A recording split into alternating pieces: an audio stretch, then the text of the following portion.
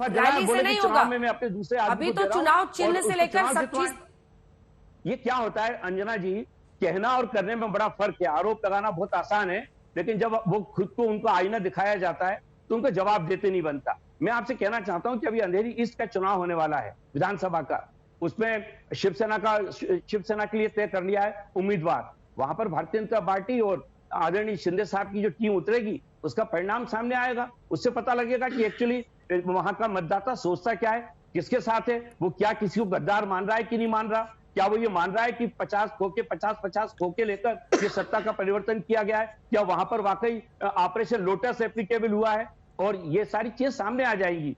तो मैं सोचता हूं इस रैली को दोनों लोगों को अपने को बधाई देना चाहिए कि दोनों लोगों ने बेहतर तरीके से अपने अपने कार्यकर्ताओं का, अपने समर्थकों का मोबिलाइजेशन किया है। अब उसका परिणाम अभी इलेक्शन में आ जाएगा। अभी 3 नवंबर को उसका परिणाम आएगा सामने अपने।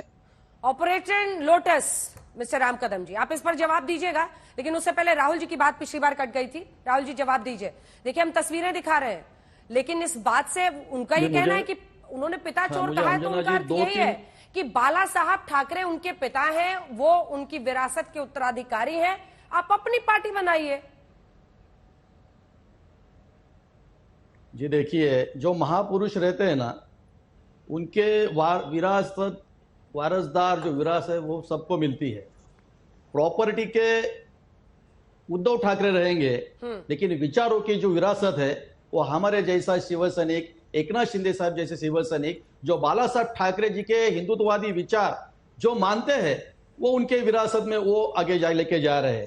आनंद दुबे साहब ने एक बात बताई है कि 2012 में आदरणीय बाला साहब ठाकरे जी ने शिवाजी पार्क के व्यासपीठ पे मेरे उद्धव जी को संभालो, मेरे आदित्य जी को संभालो, ऐसी लोगों को अपील किया था। लेकिन बाला साहब जाने के बाद आज उनके आत्मा को भी दुख लग रहा होगा कि जिनको मैंने संभालने को कहा, उन्होंने मेरा महाराष्ट्र, मेरा विचार और मेरी पार्टी बेचने का काम किया है। आदरणीय उद्धव साहब बोल रहे हैं कि महाराष्ट्र में पिता चोरने वाली टोली आ गई है, तो एकनाथ शिंदे साहब ने भी वही कहा ना कि पिता चोरने वाली आप टोली बोल रहे हैं, लेकिन पिता के विचार और पिता की पार्टी बेचने वाली टोली भी महाराष्ट्र में पैदा हुई है। मतलब 2012 में बाला साहब को पता नहीं था कि आगे 8 साल के बाद जितने 60 साल में 50 साल में मैंने जिस कांग्रेस को संघर्ष किया, जो कांग्रेस को मैंने लथाड़ा, जिस शरद पवार साहब को मैंने कटघरे में खड़ा किया पिंजरे में, जो हिंदुत्ववादी विचारों के खिलाफ थे, उन्होंने बाला साहब ठाकरे जी को उनके हयात में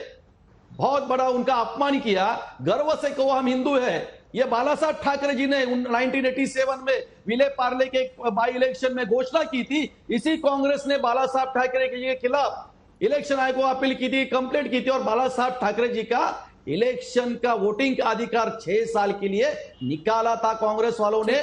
इलेक्शन कमीशन ने कांग्रेस वालों की कंप्लेंट पर, ये उद्धव ठाकरे जी को पता नहीं था। गर्व से कहो हम हिंदू है, ये बाला साहब ठाकरे की घोषणा थी। घिसी घिसाई बातें आप कर रहे हैं, सबको पता है कि कांग्रेस पार्टी ने क्या क्या किया था, क्या क्या कहा था बाला साहब ठाकरे के लिए। आप भूल गए थे जब महाराष्ट्र विकास अघाड़ी बन रहा था। यही जो इतिहास है अंजना जी, यही जो इतिहास है पिछले 8 साल में, पिछले शाउटिंग मैच नहीं है। अंजन, आप बात सुनिए, जब मैं बोल रही हूँ तो मुझे भी बोलने दीजिए, लगातार मत बोलिए।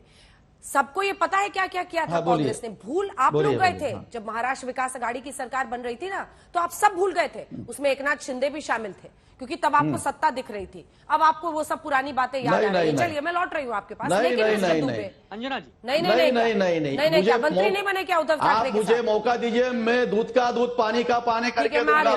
रुके अभी दूध का दूध, अब पानी का पानी सब कीजिएगा।